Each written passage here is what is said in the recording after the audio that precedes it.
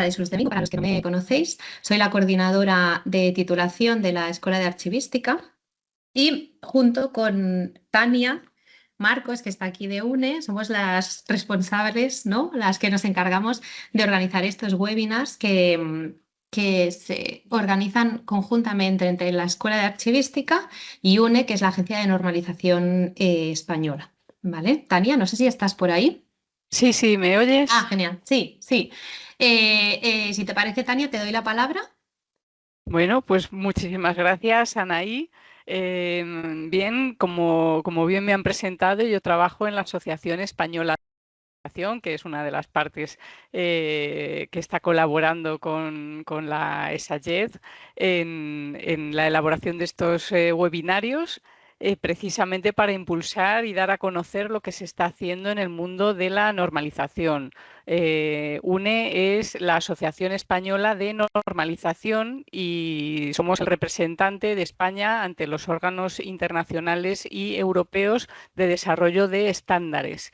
Y por eso creemos que más allá de la elaboración y la publicación de las normas, los estándares y estos documentos normativos, es fundamental la labor que tienen todos los vocales que participan en los comités técnicos de normalización que los elaboran, en darle difusión y dar a conocer esta actividad para que realmente la cadena de valor llegue hasta los usuarios finales luego de esos documentos. En este caso, el agradecer la difusión en este webinario, que es el segundo que se organiza, para dar impulso al archivo electrónico de confianza. Como bien ha dicho Anaí, esta es la segunda colaboración. El primer webinario fue a cargo de la presidenta del órgano técnico que tenemos precisamente, que estuvo hablando sobre gobernanza de la información y los sistemas de gestión para los documentos,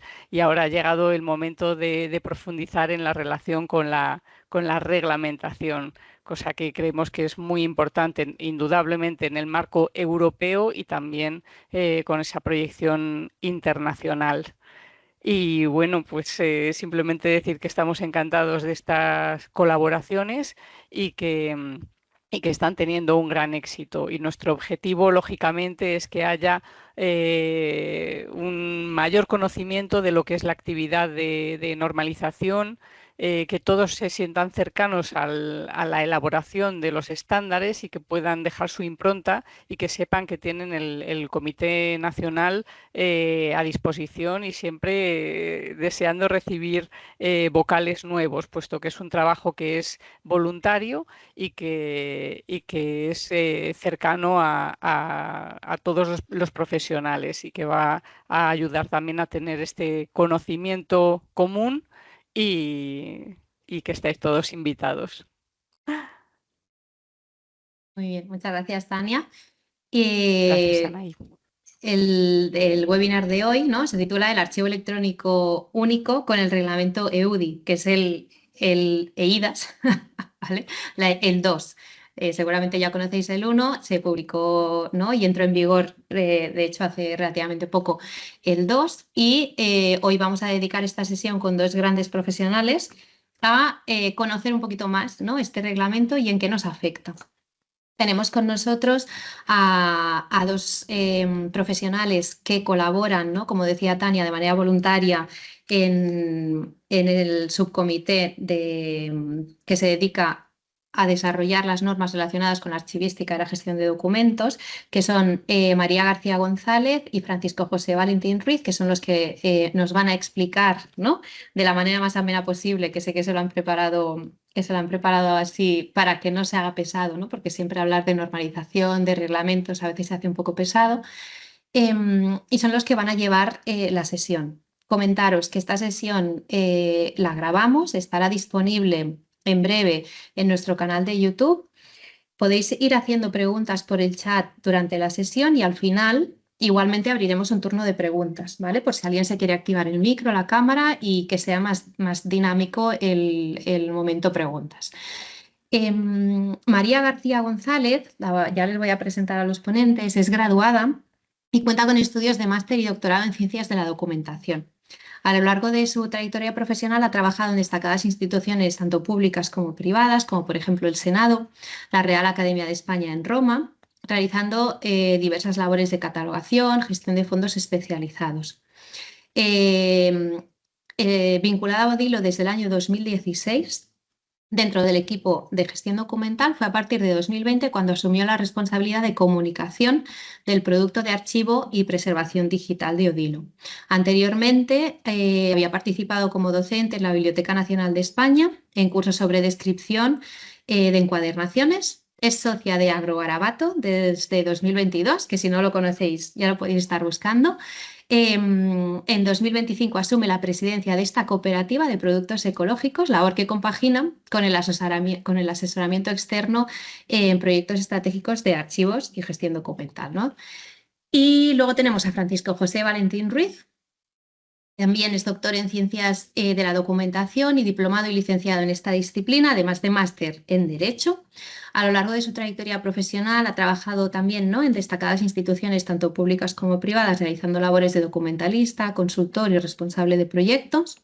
Entre 2016 y 2024 fue el director de Área de Archivo y Preservación Digital en Odilo, también como María, donde ha tenido la oportunidad de desarrollar productos tecnológicos innovadores de archivo y preservación digital y trabajar en la implementación de proyectos que combinaban consultoría, tecnología y servicios especializados. Desde 2025 lo tenemos en la Subdirección General de Archivos Estatales y trabaja en cuestiones relacionadas con la transformación digital. Como veis, tenemos dos grandes profesionales con dos grandes trayectorias que nos vienen a presentar este webinar, ¿no?, titulado El archivo electrónico único con el reglamento EUDI, que es el EIDAS 2. Y sin más, os cedo la palabra. No sé si queréis compartir pantalla. Sí. Muchas gracias, Anaí, muchas gracias, Tania, por las presentaciones, por permitirnos participar en este webinar. Estamos un poco abrumados porque es cierto que es un tema relativamente nuevo. El caso de una de las partes que veremos es, vamos, de hace tan solo unas pocas semanas prácticamente. Entonces estamos un poco abrumados porque es cierto que lo conocíamos, hemos venido trabajando en UNE con este tema, pero hasta que uno no empieza a profundizar, y esto es lo que nos ha pasado cuando lo hemos estado preparando, no se da cuenta de la cantidad de aristas que tiene. Entonces, quizá hemos sido muy ambiciosos en plantear este webinar con el título que tenemos aquí, Archivo Electrónico de Confianza, consolidando el archivo electrónico único que tenemos aquí en España con el reglamento EUDI, el EIDAS 2 que conocemos. Yo creo que lo que vamos a plantear aquí es cómo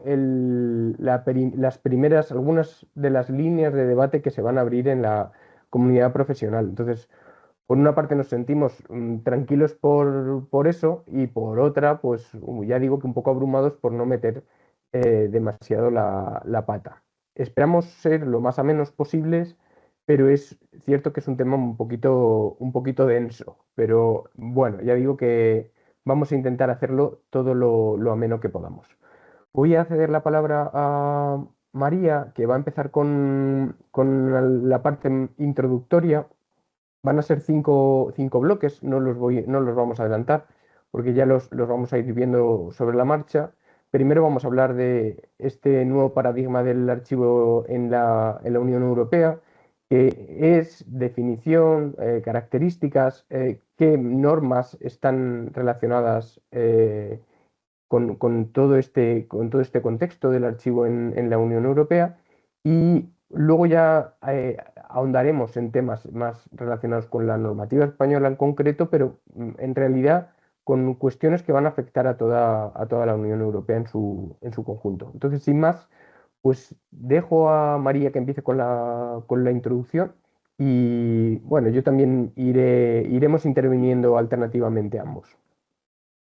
Vale, pues muchas gracias, Valentín, y gracias a Anaí y a Tania por las presentaciones y por darnos la oportunidad, y a todos los que habéis venido a escucharnos. Ya os adelantaba Valentín que es un tema un poco árido, porque bueno, siempre que hablamos de legislación yo creo que que a todo el mundo se nos hace un poco pesado, pero vamos a intentar que eso que sea ameno. Decía Valentín que que tiene muchas aristas. Yo creo que aparte de aristas tiene muchas intersecciones, porque es como una caja de Pandora que vas abriendo y se van conectando una legislación con otra y una capa con la siguiente y una capa con la siguiente. Y bueno, abruma un poco, pero también es cierto que tiene todo el sentido del mundo, creo. Así que espero que podamos transmitirlo bien y que quede claro. Bueno, empezamos con qué es EUDI. Más que una normativa en sí, ahora explico esto, podemos decir que es el Marco Europeo de Identidad Digital. Em, si nos vamos ya a la normativa, que sería el Reglamento 2024-1183, que es el que hablaba al principio Anaí, como el eIDAS 2, viene heredado del eIDAS 1 del 2014, eIDAS 1 entrecomillado, ¿vale? Y quizá esto es lo primero que tenemos que tener claro para no confundir un concepto con el otro. Este Marco Europeo de Identidad Digital tiene tres pilares fundamentales, que son el wallet, la cartera digital. Yo creo que seguro que habéis oído hablar de ello porque se está hablando ya en los medios y bueno, en la radio lo comentan de vez en cuando y sale algún experto diciendo. Cada país de la Unión Europea deberá ofrecer a sus ciudadanos una aplicación móvil con la que podamos identificarnos, ¿vale? Que podemos llevar todas nuestras credenciales y que se valide en cualquier país.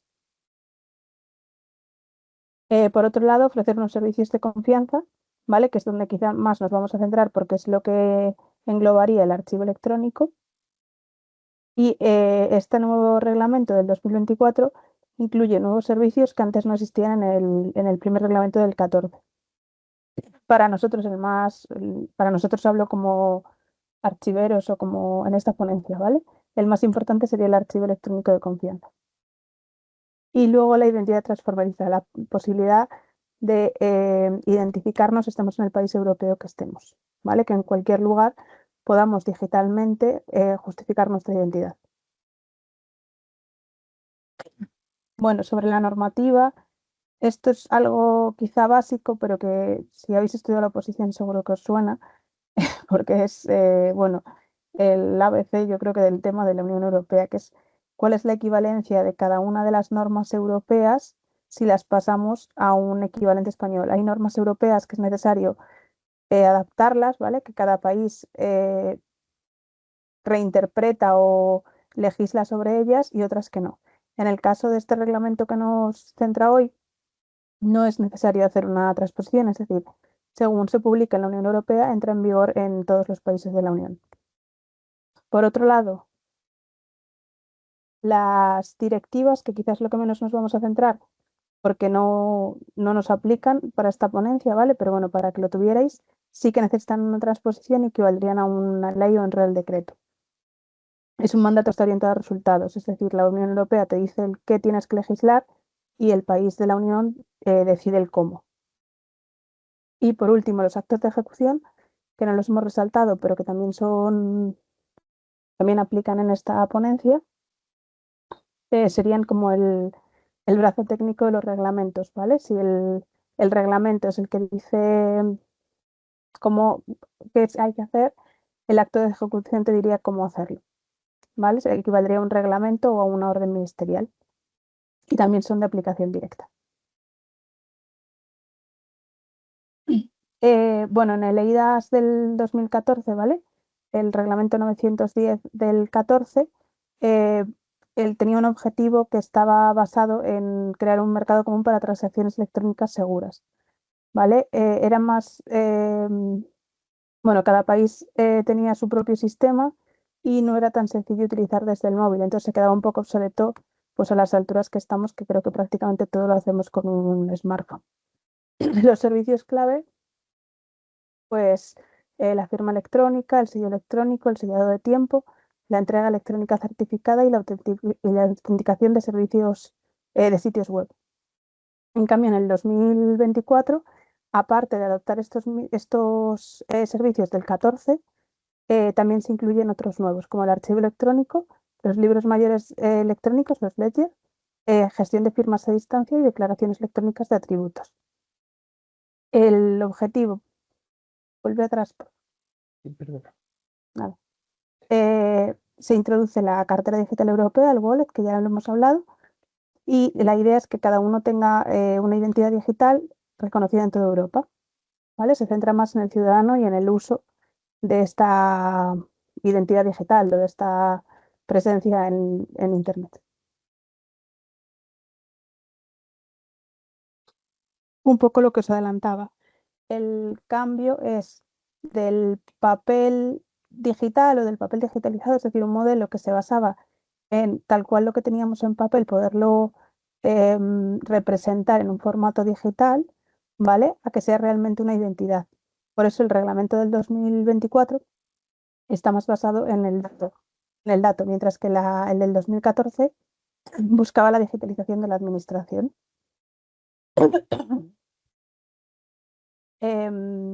Bueno, el archivo electrónico, que es la pieza que faltaba en el 2014, no se regulaba, entonces no había forma de mantener la validez durante el tiempo de vigencia administrativa o legal de los documentos. Es decir, podíamos firmar un documento pero no mantener su validez, por ejemplo.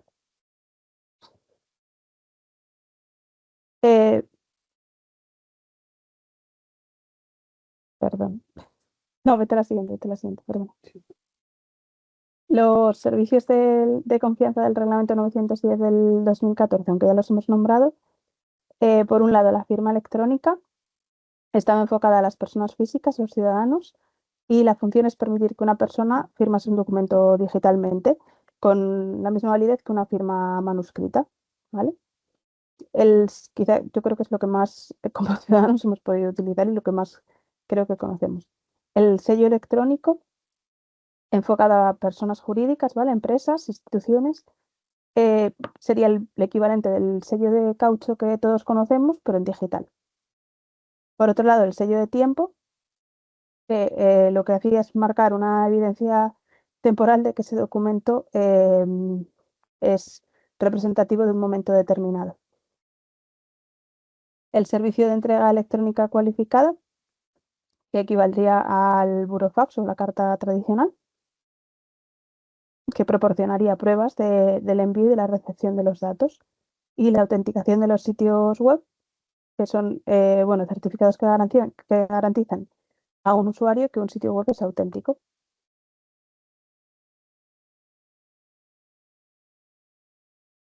En el reglamento 2024 1183, el EIDAS 2, se incluyen, aparte de que se mantienen estos servicios anteriores, ¿vale? Es decir, sigue en vigor, pero además se incluye otros nuevos servicios. Por un lado, los servicios de archivo electrónico, que detallaremos más adelante, pero bueno, garantizan la recepción y almacenamiento y recuperación y eliminación de los datos electrónicos, asegurando la integridad y la legalidad a largo plazo, ¿vale? Pues lo que conocemos como archivo. La gestión de dispositivos de creación de firma de sello a distancia, ¿vale? Que regula a los prestadores que custodian las claves en la nube para que se pueda firmar con seguridad. La expedición de declaraciones electrónicas de atributos, que permite instituciones emitan credenciales digitales. Es decir, que podríamos llevar los títulos o por ejemplo, el carnet de conducir o la tarjeta sanitaria en el wallet. Los libros mayores electrónicos, que con ello entra el blockchain y las tecnologías de registro distribuido en la ley europea y garantizan la secuenciación de datos y su interoperabilidad. Bueno, si nos entramos en la descripción que hace el reglamento, el EIDAS 2 de archivo electrónico, entramos a buscar qué es lo que dice el archivo electrónico. La verdad es que no es mucho. Lo hemos puesto porque dice relativamente poco. Pero aún así, con esto poco ya nos da para hablar mucho y además luego están los actos de ejecución, que como veremos, pues meten más chicha al asunto. Bueno, en cuanto al archivo electrónico, al archivo electrónico, conviene que lo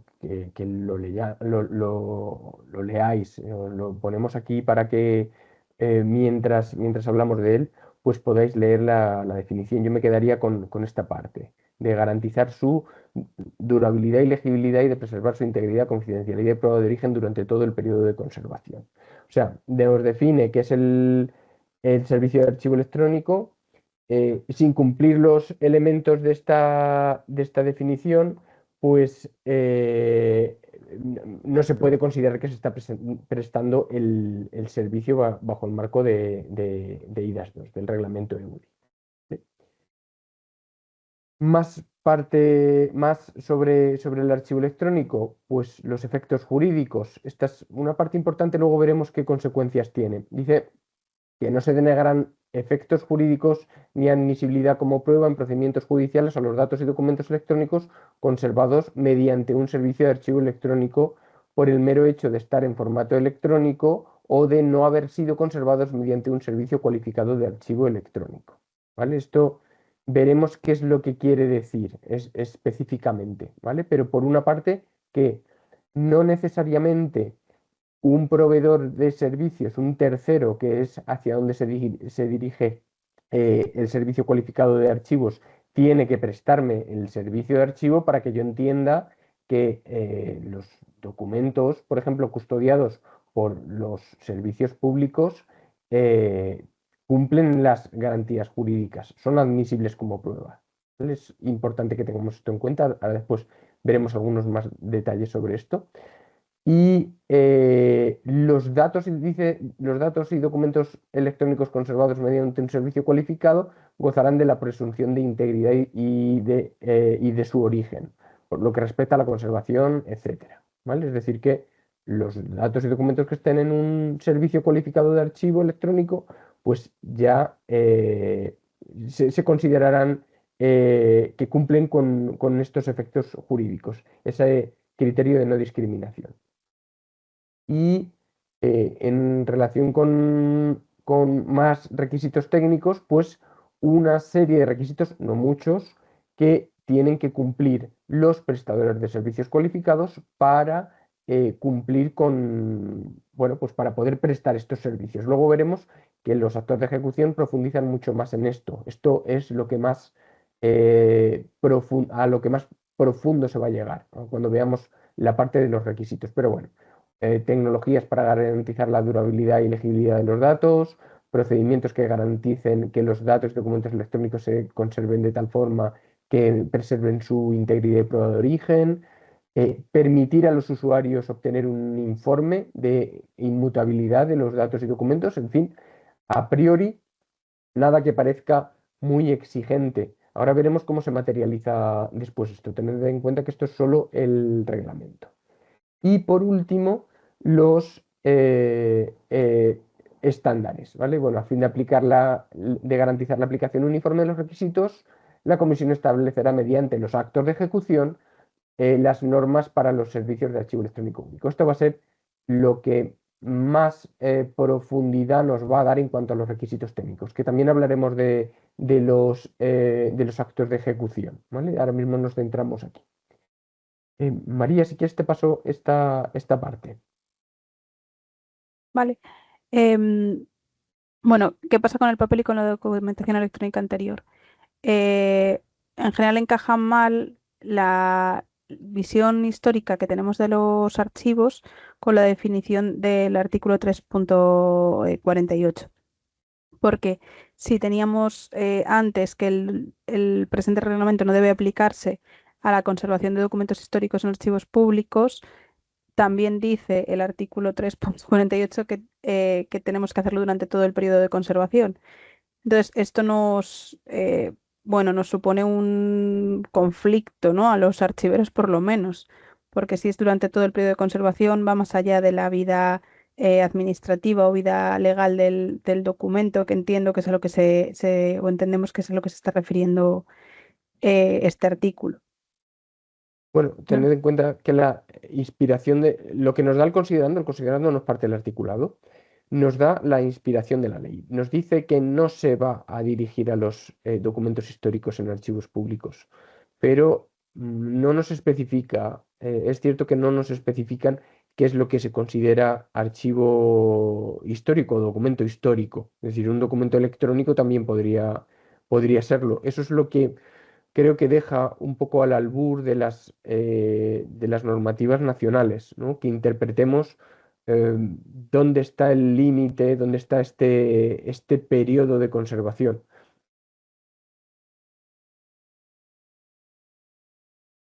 María, ¿continúas tú aquí? Vale. Bueno, el reglamento de ejecución, que sería el EU 2025-2532, viene a aterrizar la teoría. El reglamento del 24, el EIDAS 2, al final es un modelo teórico que, lo decíamos antes, que no nos explica el cómo hacer todo este tipo de cosas, ¿vale? Especialmente si queremos obtener una cualificación, ¿vale? Entonces, em, aquí se entra en juego el papel de los organismos internacionales de normalización, que hemos buscado un consenso sobre qué criterios entendemos que deben aplicarse para ser, en este caso, archivo de confianza. Sí, yo creo que podemos adelantar ya aquí que el trabajo de UNE, bueno, y de otros organismos internacionales, pues se ha centrado en trabajar a marchas forzadas en la definición de una norma, un estándar, que ahora después veremos, que es la norma UNECEN TS 18170, que ya digo que analizaremos después, pero que tiene por objeto incorporar los estándares archivísticos de la comunidad a este reglamento de ejecución. ¿Vale? Es como un movimiento estratégico. Ahora lo explicaremos con un poco más de detalle, pero es un movimiento, yo creo que es la frase perfecta, ¿no? Un movimiento estratégico con el objetivo de que la comunidad archivística pueda decir hacia dónde se tiene que dirigir el archivo electrónico. Nos consta que no ha sido fácil poner de acuerdo a todos los países y todos los expertos para, para conseguir un consenso y que saliese adelante la norma. Vale, pues el reglamento de ejecución define el qué y el cómo, ¿vale? Como si cumples de esta forma, si cumples la norma, cumples con la ley. Bueno, se utilizan servicios certificados externos para blindar, ¿vale? Para validar que el documento es verídico. Sí, sobre todo vamos a ver que son de firma. ¿Vale? Se va a centrar mucho en argumentos relacionados con la firma, sello de tiempo, validez de los algoritmos criptográficos, etcétera. Gran parte del objetivo de blindar la prueba, las evidencias, tiene que ver con eso.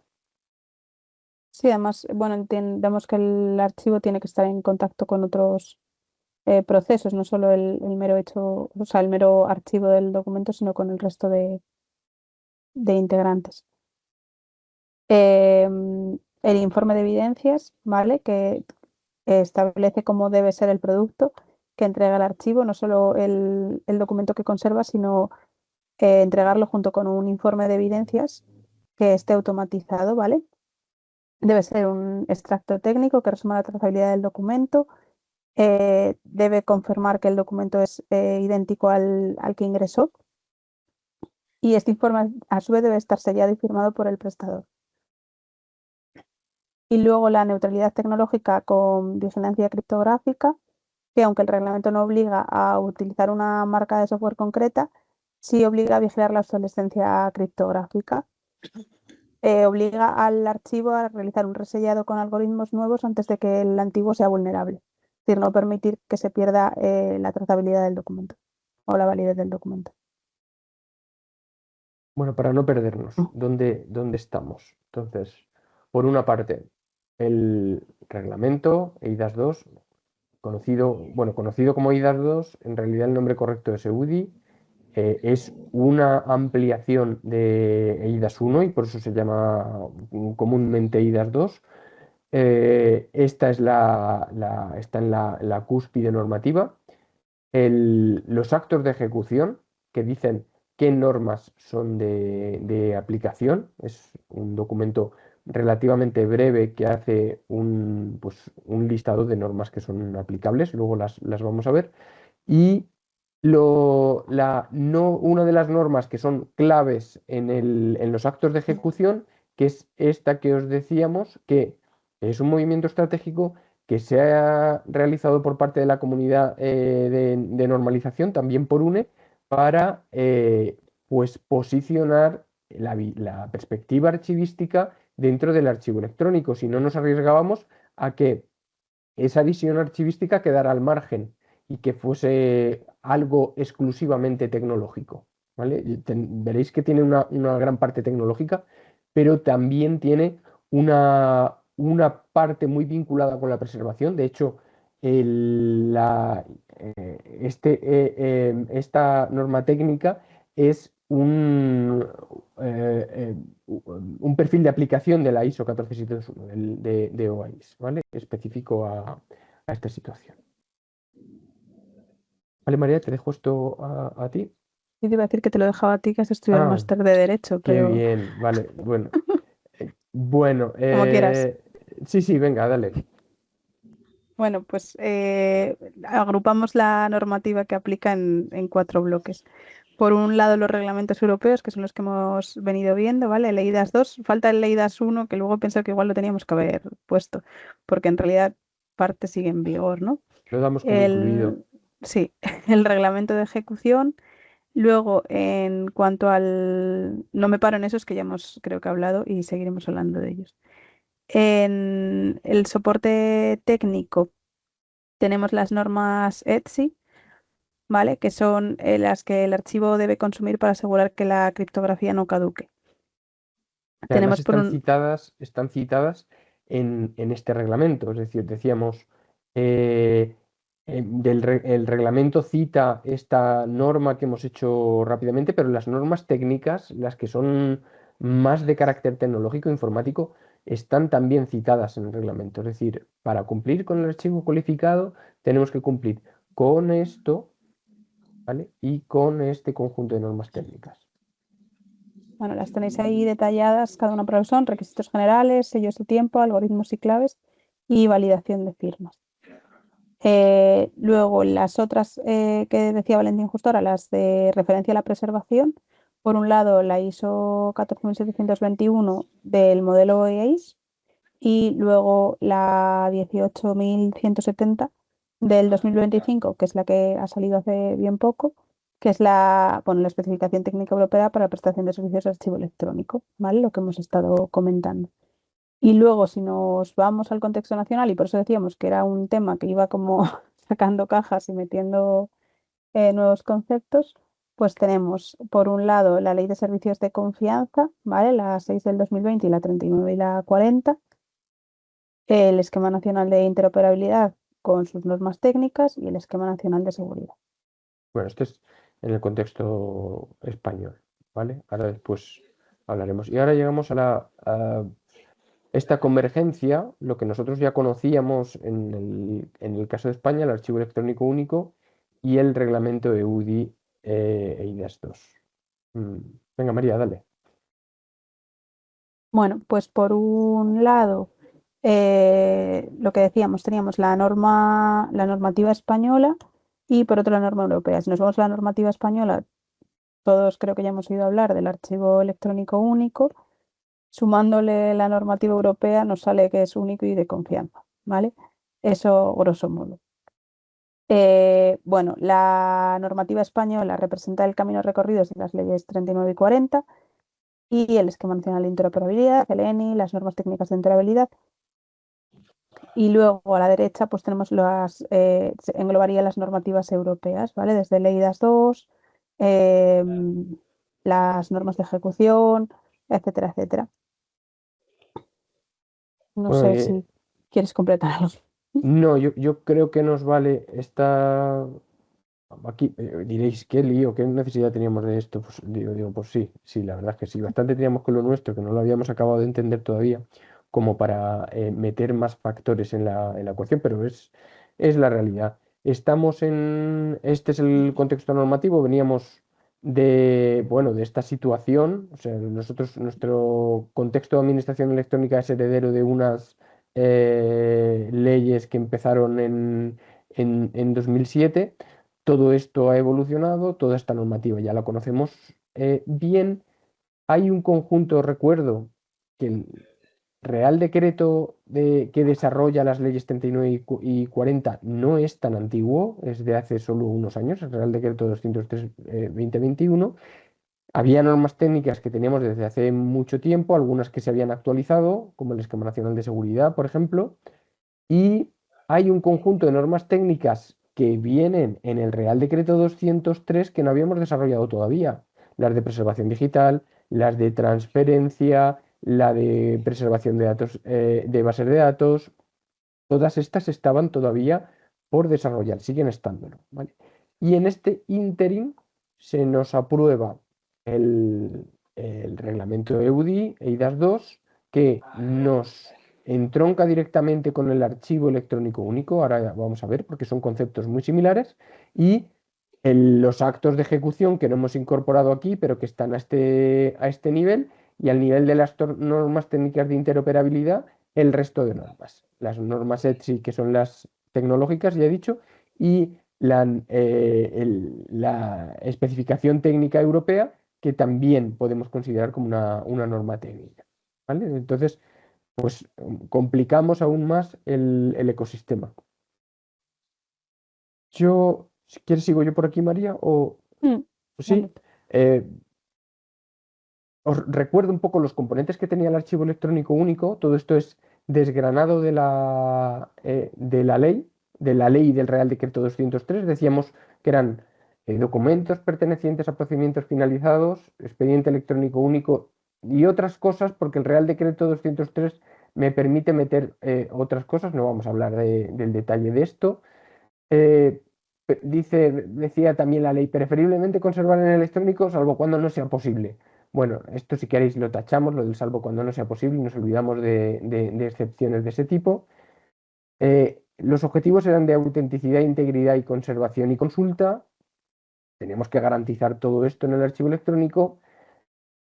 Las leyes no hablaban de preservación digital específicamente, decían que había que asegurar la accesibilidad y conservación a largo plazo, pero el Real Decreto 203 sí que nos dice que se aplicarán las medidas de preservación digital que se consideren convenientes, ¿vale? Y luego ya nos indicaba que pues ya se desarrollará una norma técnica de preservación digital, aunque no sabíamos qué medidas.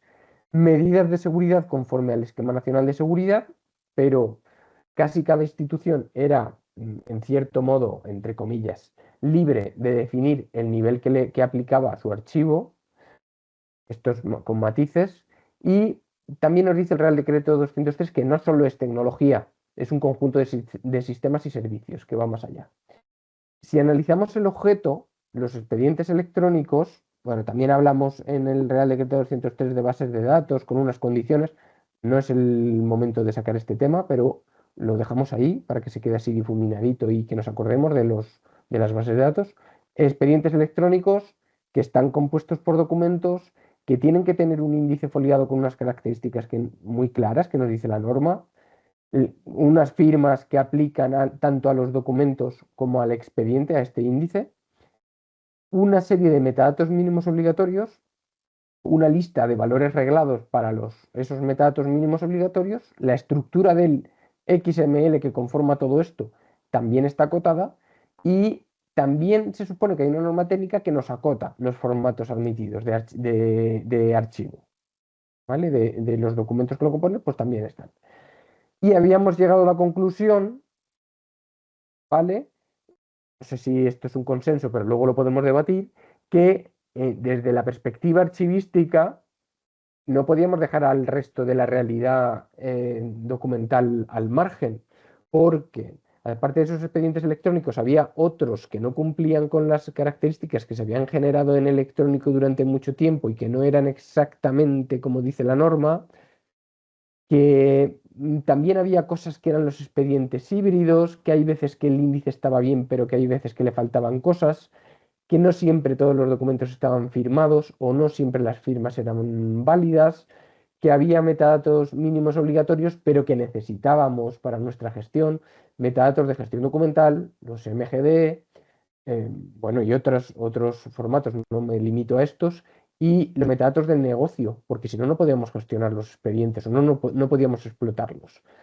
Que había valores reglados para los metadatos, pero que también había muchos problemas de clasificación y que había problemas de identificación, en el sentido bueno, pues solo tengo un metadato para poner el DNI y no con muchos criterios de validación. Que la estructura, pues no siempre se cumple en los expedientes que hemos venido generando durante este tiempo y que, pues el mundo de los formatos admitidos es mucho más complejo de lo que parecía. Entonces, tenemos una realidad más compleja. Bueno, esto también lo cuento yo, María, y luego te dejo a ti. ¿Qué hacemos con las firmas? Bueno, la norma técnica de interoperabilidad de política de firma nos decía más o menos qué hacer con ellas. ¿De acuerdo? Nos daba como dos mecanismos posibles. O que utilizáramos firmas longevas o que utilizáramos, esto estamos hablando de conservación, ¿vale? Para conservar la firma a largo plazo. Que utilizáramos otros métodos técnicos que impidieran la modificación de la firma, sin especificar mucho. Y si seguíamos más adelante, y también en esta misma norma técnica nos decía pues eso, que para conservar las firmas se podían utilizar mecanismos de sellado de tiempo, resellado refirma en caso de obsolescencia de algoritmos, esto es muy parecido a lo que indica la EUDI, pero que también se podría utilizar otro sistema alternativo de almacenamiento de la firma electrónica en un depósito seguro, sin decir tampoco muchas más cosas de las que aparece aquí. Esto no lo hemos desarrollado. Y en cualquier caso, se dirigía hacia la política de gestión documental que definiera cada administración, ¿vale? Porque esto era propio, es un elemento propio de cada administración, pero nos daba estas alternativas. A nivel institucional, María, ¿quieres seguir tú por aquí? Vale. Bueno, el punto que nos encontrábamos ahora es que si teníamos dudas de si realmente se estaba aplicando OAIS, porque la realidad es que la normativa nacional hace pocas referencias o ninguna, de forma directa al menos, a la normativa OAIS. Entonces nos encontramos, por un lado, Archive del Gobierno de España, que es la solución de referencia de archivo electrónico único. Su arquitectura está diseñada siguiendo las bases de OAIS, aunque su interfaz pública habla de ingreso o expediente, no está adaptada, al menos terminológicamente, al OAIS. Por otro lado, eArchive de Cataluña, quizás sea el que más cerca o más explícitamente ha nacido con OAIS. Bueno, la Junta de Andalucía con Aries o en red integra los principios de OAIS para asegurar que las transferencias de los sistemas de tramitación y archivo sean íntegros, utilizando las estructuras que replican los paquetes de información típicos de OAIS. El País Vasco, su modelo de gestión documental es de los más avanzados y hace referencia constante a los estándares internacionales de preservación digital, integrando OAIS como la ISO 15489 de gestión de documentos. Bueno, marcamos aquí que hay otros casos, quiero decir que, bueno, hemos puesto aquí claro, otros ejemplos, y se pueden entender que no necesariamente estamos hablando estrictamente de servicios puramente de archivo. La norma EUDI, el reglamento, se refiere mucho más también a que los sistemas de tramitación también tienen que tener esta capacidad. O sea que no lo podemos limitar solo al momento en el que el expediente está finalizado. Cuando hablamos de archivo electrónico y lo combinamos con la visión de la Administración española, parece que estamos entendiendo que los expedientes necesariamente tienen que estar también finalizados para que les aplique la normativa europea, pero no es así. Esta visión tiene también el objetivo de garantizar la inmutabilidad de los documentos desde el momento en el que se crean. ¿Vale? Ya veremos luego cómo combinamos eso con OAIS. Quizá en Bueno, ese sentido la legislación sobre archivo electrónico único no ayuda, porque como que se centra más en el almacenaje, pero no en el proceso de creación del documento. bueno, ¿cómo encaja todo esto con las novedades europeas? ¿No? Un poco para mostrar el símil y que se vea bien la diferencia, hemos utilizado las mismas diapositivas que antes, incluyendo lo que aporta de nuevo en el contexto del archivo electrónico único, pues esa posibilidad de obtener un sello como servicio cualificado conforme con esta norma, que es va a ser la base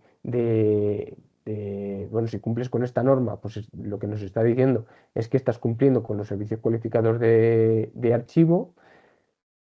Como emana de OAIS, pues nos va a llevar hacia el camino de OAIS, o sea, todos los sistemas cualificados de archivo parece que van a tener que estar vinculados con OAIS porque a eso nos enfoca pues, la especificación técnica europea.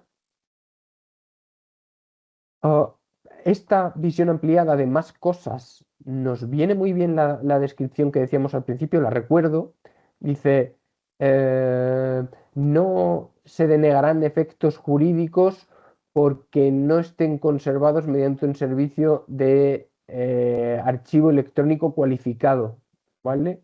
Que lo que quería decir es que no queremos entrar en el caos de que todos los documentos que no cumplan con unos requisitos que ya veremos que son muy estrictos se puedan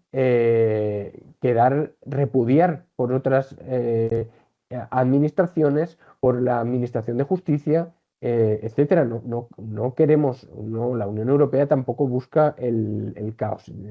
En consecuencia, recordemos no se negarán efectos jurídicos ni admisibilidad como prueba en procedimientos judiciales aquellos documentos electrónicos conservados mediante un servicio de archivo electrónico.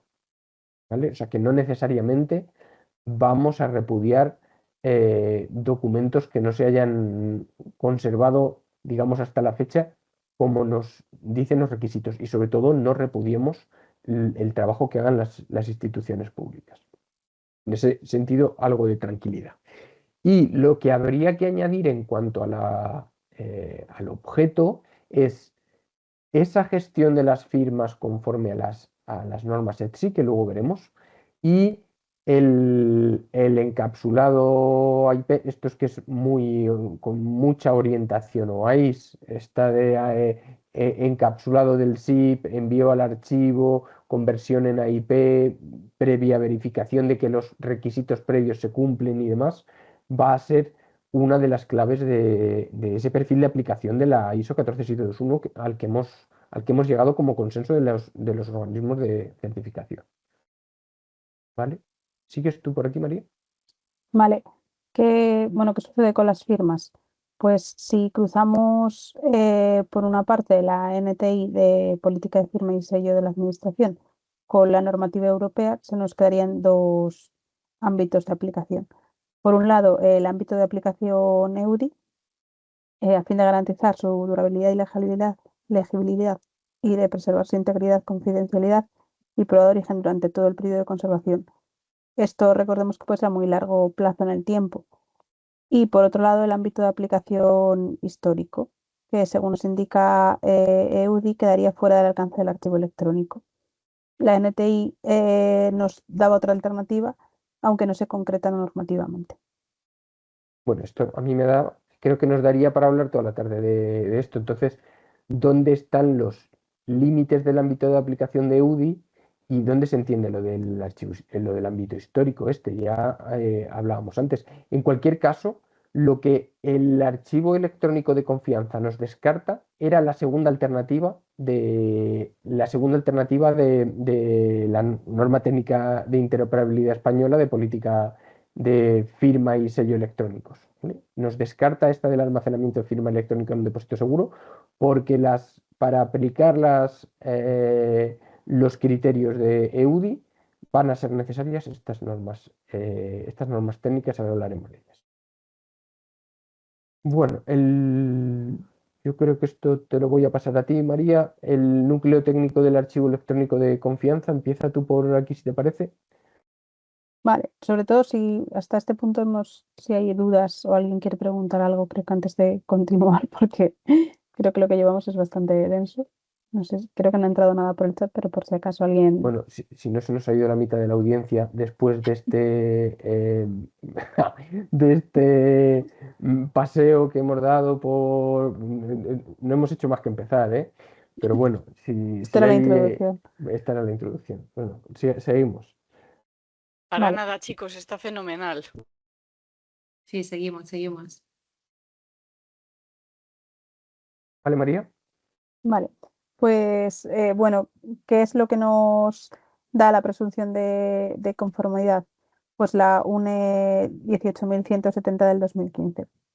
Si la analizamos con un carácter crítico, la Unión Europea necesitaba un estándar, era casi vida o muerte. Porque bueno, los actos de ejecución la tuvieran como propia. Entonces, no podíamos esperar varios años de desarrollo de una norma ISO, que es lo que suelen tardar, y se optó o se eligió en este caso una especificación técnica, ya que es una vía más rápida. Por un lado, eh, es un éxito estratégico, ya que por fin tenemos una norma que específicamente se centra en estándares archivísticos, que no es estrictamente informática como nos pasaba con otras normas anteriores, y está basada en el modelo AIS, que es de sobra conocido. Por otro lado, eh, al haberla hecho con tanta prisa, pues siempre hay cosas que se deben pulir y que hay que ir matizando. Es un modelo que coge el concepto conceptual de OAIS y trata de encajar diferentes tradiciones archivísticas nacionales que además, bueno, pues varían parcialmente entre unos países y otros de la Unión Europea y cada uno tira para su casa. Incluye, eh, perdón, está basado en las normas ETSI de firma y confianza. Y es correcta su adopción, por supuesto. Es necesario estandarizar la interoperabilidad transfronteriza, pero hay que saber que al ser una especificación técnica está sujeta a la revisión en el corto plazo, unos 3 años, para que se convierta en norma europea completa. Lo que implementemos hoy es válido, pero va a evolucionar y va a seguir puliendo detalles. A tener en cuenta es que a lo mejor no entendemos bien el contexto. Se publica EIDAS 2 e indica en el plazo de un año se publicarán los actos de ejecución. Entonces, era de vida o muerte que tuviéramos una norma buena o mala, pero que tuviéramos una norma con esos criterios archivísticos, ¿eh? O sea, que entendáis que, bueno, que es muy mejorable, sí, pero yo creo que también es un hito haber conseguido, bueno, yo no tengo muchísima experiencia en normalización, pero a mí me parece un hito enorme haber conseguido que en tan poco tiempo, pues distintas realidades archivísticas de diferentes países con diferentes visiones hayan logrado un principio de consenso y se haya aprobado esta norma. O sea, yo creo que es pues estupendo y, como dice María, es la base para tener un estándar, una norma europea. Esto es una especificación técnica aún. Al final creo que es mejor tener algo, aunque esté un poco verde, que no tener nada. Sí, Siempre total. mejor ir trabajando. Eh, bueno, la norma 18.170 no reinventa nada, es algo que ya conocíamos, utiliza el modelo AIS, que bueno, por si no lo conocéis, hacemos aquí un repaso. La información se organiza en paquetes, empiezan siendo un zip y cuando llegan al archivo transforman a un AIP y ese IP se genera un DIP sería el package, no me sale el empaquetado, Dissemination, sí, el sí, empaquetado, sí. de difusión. Bueno, es la visión súper resumida de OAIS. O sea, podríamos estar varias tardes hablando solo de OAIS, pero bueno, porque estos conceptos están muy recogidos en la norma europea, en la especificación técnica, están muy presentes. Entonces, estamos muy familiarizados con ellos, pero la clave va a estar en cómo las diferentes normas nos van a especificar cuáles son los requisitos de verificación de estos paquetes, sobre todo en lo que tiene que ver con la cuestión de las firmas electrónicas y qué evidencias vamos a tener que recoger a lo largo de su vida en el archivo durante ese periodo de conservación no histórica. eh, Esto es con un poco de recochineo, pero bueno, durante ese periodo de conservación vamos a tener que recoger evidencias que también me van a dar. Esto hasta ahora creo que ninguna norma nos lo había dicho con tanto nivel de detalle. Y esto es de agradecer. Luego nos falta sobre cómo construimos las estructuras de los paquetes. Pues sí, eso sigue estando más allá de e-archiving, que es un modelo que conocéis. Creo que ya todos, pues, y que tampoco sabríamos muy bien cómo encajar con todo este conjunto de elementos, porque también daría para otra par de sesiones. Estamos arreglándole yo creo que las próximas sesiones a UNE y ESAYET les estamos arreglando los temas, porque aquí con esto sacamos para desarrollar un montón. Pues eso, ya digo que nos van a especificar mucho aquí y nos van a especificar mucho aquí.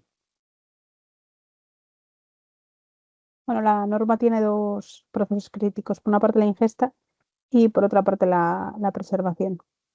En cuanto a la ingesta, no se permite una ingesta pasiva, sino que el archivo actúa como un filtro de seguridad. Verifica, bueno, un antivirus que parece obvio, pero que no está explícito, actúa como filtro de seguridad. No podemos archivar archivos que vengan corruptos, me parece una cosa evidente. Por otro lado, la validación de firmas. Si llega un contrato firmado electrónicamente, el archivo tiene que ser capaz de validar esa firma en el momento en el que entra y guardar esa validación, no solo decir es válida la firma al llegar, sino que también se va a mantener válida. Y como punto 3, el acta de transferencia. Esto ya lo conocemos del papel, pero bueno, sería algo similar. Emitir una evidencia firmada con un sello cualificado confirmando que el archivo ha recibido el objeto en concreto con un hash y en tiempo. Y esta evidencia es probatoria. Es decir, tiene que siempre conservarse junto con el documento. Por otro lado, la preservación, que distingue eh, entre una mera copia de seguridad, un backup, y preservar la información. No solo consiste en llegar a hacer la migración cuando corresponde, sino que tenemos que conseguir mantener la integridad del documento, evitar la obsolescencia y poder em, validar que la conversión de los documentos es auténtica.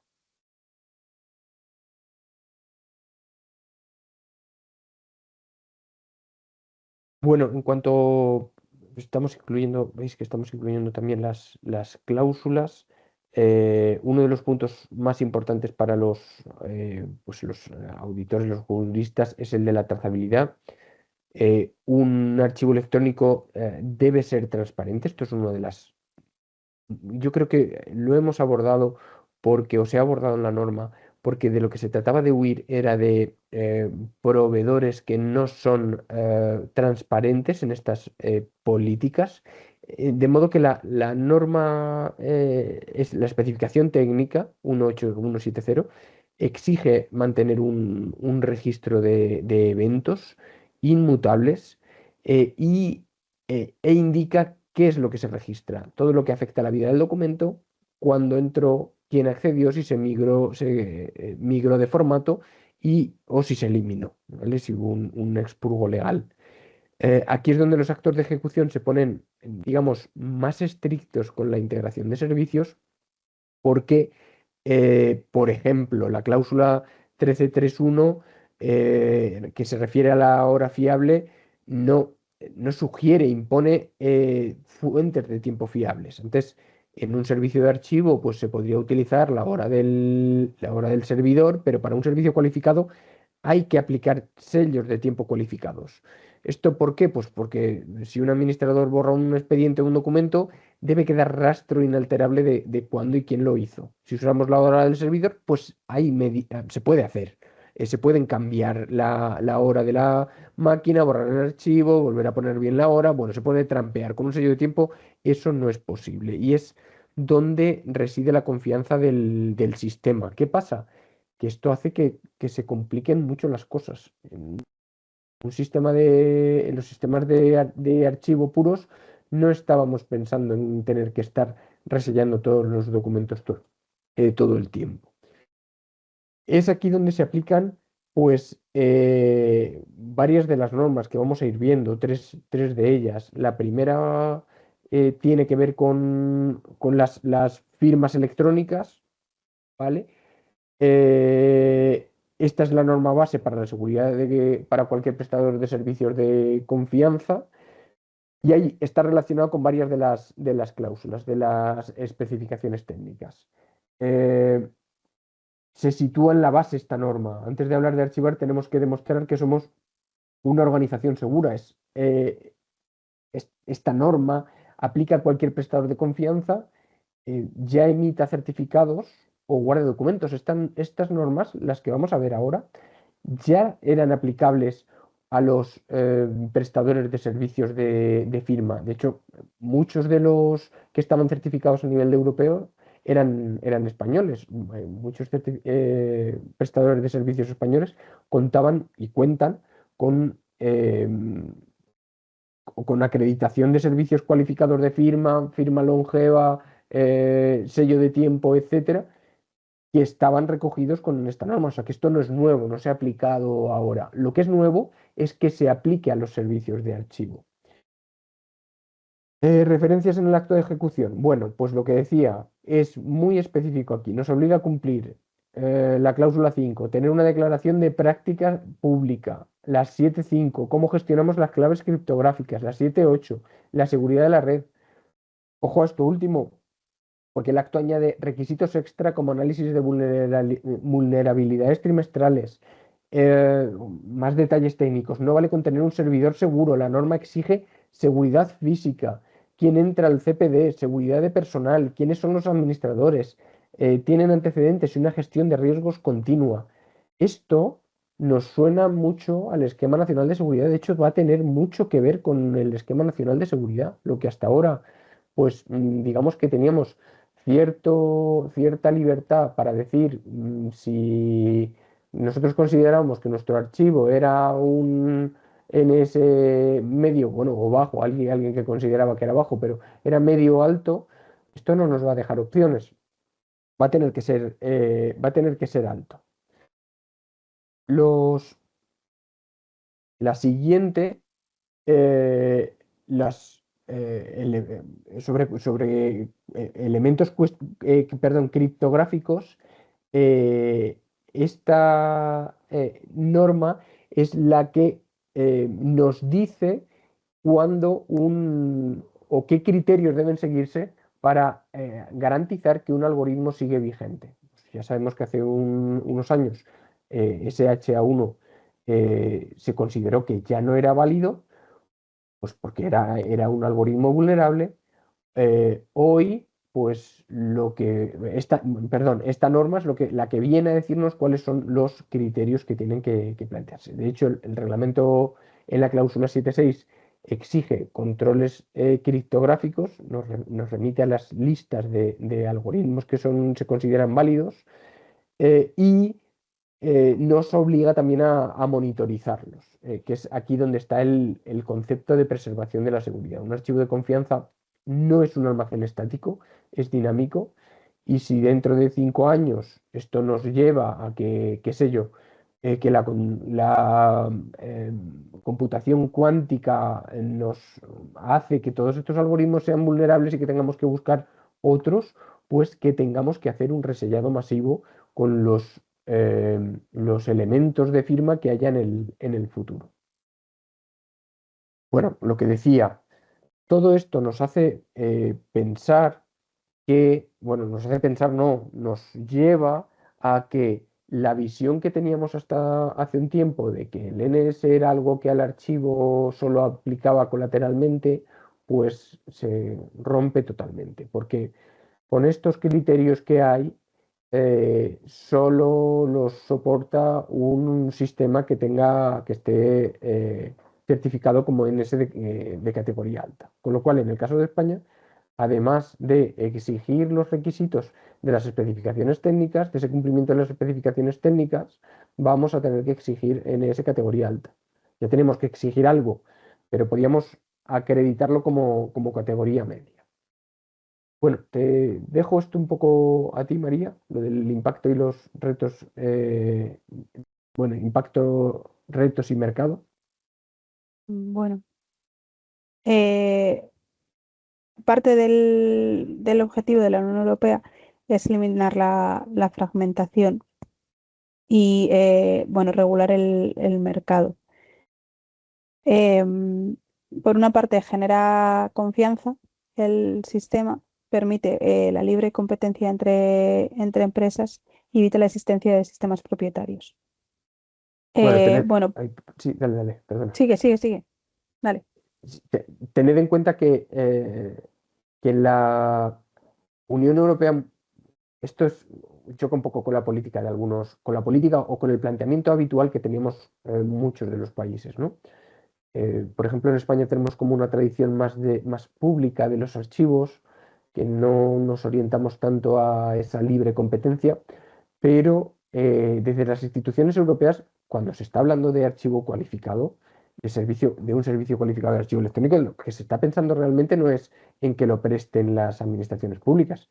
Lo que están pensando es que la libre competencia y el mercado pueda suministrar estos servicios. Por eso diferencia entre lo que prestan, ese no repudio de lo que ha venido haciendo la administración pública y esa presunción si los documentos son custodiados o los documentos o los expedientes electrónicos son custodiados por un proveedor que preste servicios cualificados de archivo electrónico. Entonces, de ahí que sea tan importante para la Unión Europea definir requisitos transfronterizos, porque lo que quieren es fomentar esa participación de empresas, pero a nivel internacional, de toda la Unión Europea. ¿Vale? Entonces, lo que persigue es esto. O sea, es decir, está pensado para regular el mercado y decimos, sí, y con esa intención. Quieren es que se abra, que exista un mercado de archivo electrónico en el que proveedores de servicios cualificados puedan entrar a prestar ese servicio a lo largo pues, de toda la Unión. Te he interrumpido mucho, María. No, dale, sí, tú lo manejas más. Vale, bueno, entonces, claro, ¿cómo va a venir el proceso de certificación y acreditación? Porque tenemos el prestador, la empresa, es la que quiere ofrecer los servicios cualificados de archivo, la que tiene que tomar la iniciativa en el proceso de certificación. Es decir, es ella la que tiene que ser parte activa en la certificación de sus servicios. El auditor será un organismo de evaluación de esta conformidad, de que realmente cumplen los requisitos, y pues será una entidad privada independiente. También aquí se busca que haya pues entidades privadas que acrediten, que hagan una auditoría técnica basándose en el reglamento de ejecución y en la norma técnica, ¿vale? Que a su vez aplica las normas ETSI. Y esto, pues cada país decidirá. Hay en países en los que diré que los archivos estatales de cada país correspondiente están tomando la iniciativa, y en otros, pues son pues otros organismos. En España se supone que tienen las competencias la Agencia Estatal de Administración Digital. Esto es algo que hemos venido debatiendo y buscando tratando de buscar, de contactar con los responsables y demás. Pero es que tenemos que entender que el contexto de EUDI, de eIDAS 2, es tan enorme y tienen cosas tan trascendentes, el wallet, la identificación la acreditación de la identidad virtual y demás, son tan trascendentes y tan importantes que el archivo electrónico ha quedado pues un poco empañado por esta grandiosidad de objetivos. Entonces, pues en cierto modo en España nos está costando tomar esa iniciativa para asumir la certificación o la acreditación del mercado. Quizá también porque no tenemos esa tradición bueno, que un servicio que es completamente público esté prestado por servicios externos, de proveedores privados y demás, aunque bien es cierto que los ahí existen. Y bueno, ¿qué puede ocurrir? Que cabe la posibilidad de que otros países tomen la delantera y certifiquen a empresas como prestadoras de servicios cualificados de archivo. ¿Esto qué quiere decir? Que, pues que si yo exijo la certificación, si yo exijo que mi servicio de archivo, que lo voy a contratar a un prestador cualificado, esté acreditado, pues puede ser que no haya empresas en España que estén certificadas o que decidan certificarse en un tercer país que sí que está ofreciendo esos servicios. La diferencia con otros servicios, pues que conocemos ya más, pues que en realidad ninguna. En la firma electrónica, sellos de tiempo, etcétera, el proceso es idéntico. Se audita el software, los procesos, lo que decimos aquí, los procesos y los dispositivos de creación de firma, y el archivo electrónico ahora entra en ese ciclo de auditoría que se audita cada 24 meses.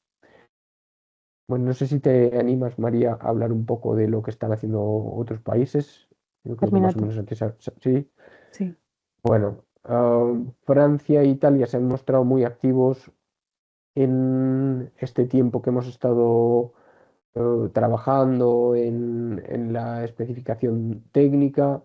Yo creo que se puede decir que van un paso por delante, tienen esquemas nacionales muy potentes y probablemente no van a tardar si no lo están haciendo ya, que yo no lo sé, no van a tardar en certificar archivos a IDAS y exportar sus servicios. Esto, las implicaciones que tiene es que podrían, en teoría, prestar servicios en todos los lugares. Luego, tenemos que tener en cuenta que esto hay que encajarlo con las normas propias, ¿ya? Y no es fácil, tal y como lo hemos mostrado. En Estonia, por ejemplo, ya tiene una administración 100% digital, está muy enfocada al uso de los libros mayores electrónicos, ¿vale? Que es asegurar esa cadena de confianza, que no se rompe la trazabilidad de lo diré, de una cadena de verificaciones, que es lo que nos viene a hacer el blockchain, y en español se le ha dado la traducción de libros mayores electrónicos, no sé si con mucho o poco acierto, pero bueno, así es. Eh, En archivo electrónico en España aún no hay prestadores certificados bajo eIDAS 2 porque estamos todavía esperando aterrizarlo. Yo creo que es la primera vez que analizábamos en profundidad qué consecuencias tenía para el archivo electrónico único hoy. Durante estos últimos días ya nos lo habíamos preguntado qué consecuencias podría tener, pero quizá hasta este momento que hemos preparado esta presentación no lo habíamos analizado. Y en otros servicios, pues España es una potencia mundial. Por ejemplo, somos de los países con más, ya lo he dicho antes, con más prestadores de servicios de confianza cualificados de firmas, sellos, sellado de tiempo. En fin, en este sentido no hay nada que haga pensar que no podemos también tener un sector, un mercado potente en esto, sobre todo porque tenemos experiencia acumulada, tenemos una realidad compleja, pero eso también es experiencia acumulada. Y eso, yo creo que el desafío para España es que las soluciones de archivo electrónico único, no solo las privadas, sino también las públicas, estas de las que hablábamos antes, den el salto para ser certificables como cualificadas bajo eIDAS 2. Algo que no, para competir y prestar servicios transfronterizos, algo que no es por lo que hemos visto, fácil en absoluto, porque los criterios técnicos son importantes. María, empiezas tú si quieres. Vale, bueno, en cuanto a las conclusiones, creo que lo más... voy a empezar un poco por el final.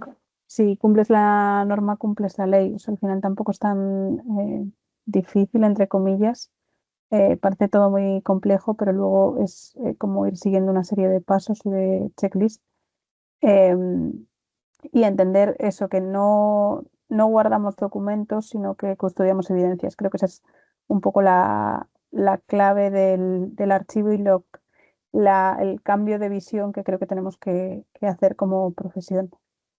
Bueno, entender que es un organismo vivo, con obligatoriedad del resellado, de la migración, es decir, no consiste en hacer una copia de seguridad en un disco duro, sino ir más allá y tener la garantía de que la validad del documento se mantiene, de siglo en infraestructura crítica, no convertirnos en un almacén estático, sino un servicio de confianza, integridad blindada, es decir, la presunción legal de la veracidad, combinando el OAIS con la seguridad ETSI, y luego entender el mercado único europeo, la oportunidad estratégica de que haya soluciones españolas que compitan en toda la Unión Europea, que podrían ser tanto públicas como privadas.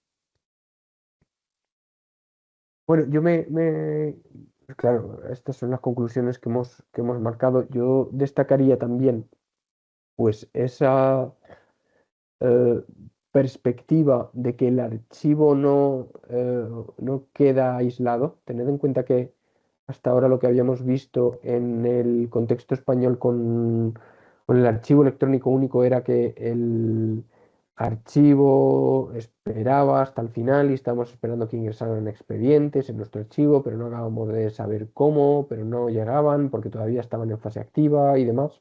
Todo eso, eh, en cierto modo, desaparece porque estas exigencias se trasladan a la fase previa, a la fase de tramitación. No tienen por qué los expedientes estar completos para que estos requisitos sean exigibles, y digamos que si sabemos jugar esta baza, los archivos pueden alcanzar un papel muy, muy importante.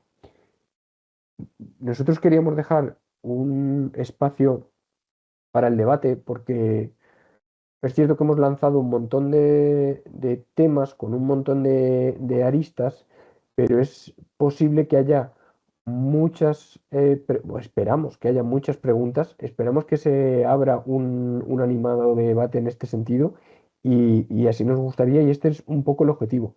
Esperamos haber sido lo suficientemente explicativos, no haber...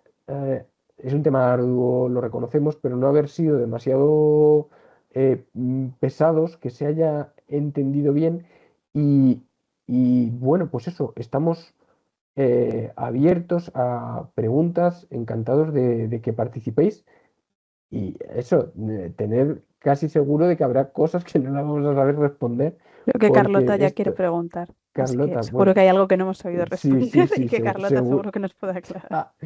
o nos va a corregir, va a decir todo lo que habéis dicho. Sí, estaba todo mal. Vamos, estaba todo mal, voy a volver a empezar yo, y ahora lo vamos a hacer bien. Pues adelante, Carlota. Primero felicitaros porque lo habéis hecho muy bien. Es un tema muy arduo y creo que habéis hecho una buenísima exposición de todo y como habéis dicho en varias ocasiones, ponernos por lo menos en el punto de empezar a debatir, ¿no? Porque hay muchas cosas alrededor de esto y que todavía tampoco tenemos la bolita de cristal y no sabemos dónde va a acabar, ¿no? Em, pero sí quería añadir un par de cosas, no es corregiros, es añadir un par de cosas sobre un poco el enfoque, ¿no? Lo primero es que hay una cosa que no habéis dicho, pero que creo que es interesante para toda esta comunidad, que es que el archivo electrónico de confianza también está pensado para documentos digitalizados. Y lo dice expresamente el reglamento, ¿no? Esos documentos digitalizados no tienen por qué estar firmados, por lo tanto, ahí tenemos también otra otro punto de vista diferente y que ha sido muchas veces en el transcurso de la creación de esta norma el punto de debate más importante entre todos los expertos de todos los países europeos. Es cierto que el archivo electrónico confianza, y todavía nadie sabe explicar por qué, porque es como, ya que el Pisuerga pasa por Valladolid, vamos a hacer un servicio electrónico de confianza que se llame archivo electrónico, está en una regulación que es sobre la identidad digital. Es raro, ¿vale? Pero igual que en el Esquema Nacional de Interoperabilidad metimos todos los requisitos de los documentos, expedientes electrónicos de archivo y muchas veces nos preguntamos por qué están en el Esquema Nacional de Interoperabilidad, pues aquí es lo mismo. O sea, el archivo electrónico se ha introducido a través de la identidad digital. Vale, pues está bien. Por esa razón, hay mucho en los actos de ejecución, sobre todo, y también otro gran debate, hay mucho sobre firmas electrónicas. Pero una y otra vez se repite y se repite en la norma, oye, que te puedo aceptar en un archivo de confianza documentos que no estén firmados. Por lo tanto, todo esto que me dices es, si los documentos están firmados, tendré que hacer esto.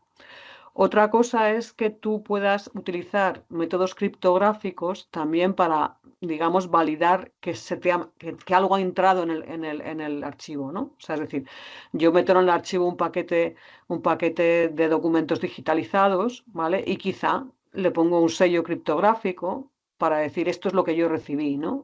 Son dos maneras distintas de utilizar la criptografía. Y por lo tanto tenemos que tener un poco de cuidado cuando leemos esas obligaciones del ETSI. De hecho, yo creo que probablemente se van a ir puliendo y corrigiendo, porque el archivo electrónico no solo tiene documentos firmados. Aparte de que ya sé que eran muchas cosas, ¿no? Pero hay una norma ETSI que se llama de preservación de firmas digitales, ¿vale? Que justamente nos abre distintas posibilidades de cómo se pueden preservar esas firmas. Entonces, bueno, digo para que no nos creamos mucho que el archivo electrónico y las firmas es lo mismo, que es lo que hemos estado intentando luchar desde que no se identifique, pero es muy difícil porque los que escriben los actos de ejecución son especialistas en firma electrónica y en identidad digital.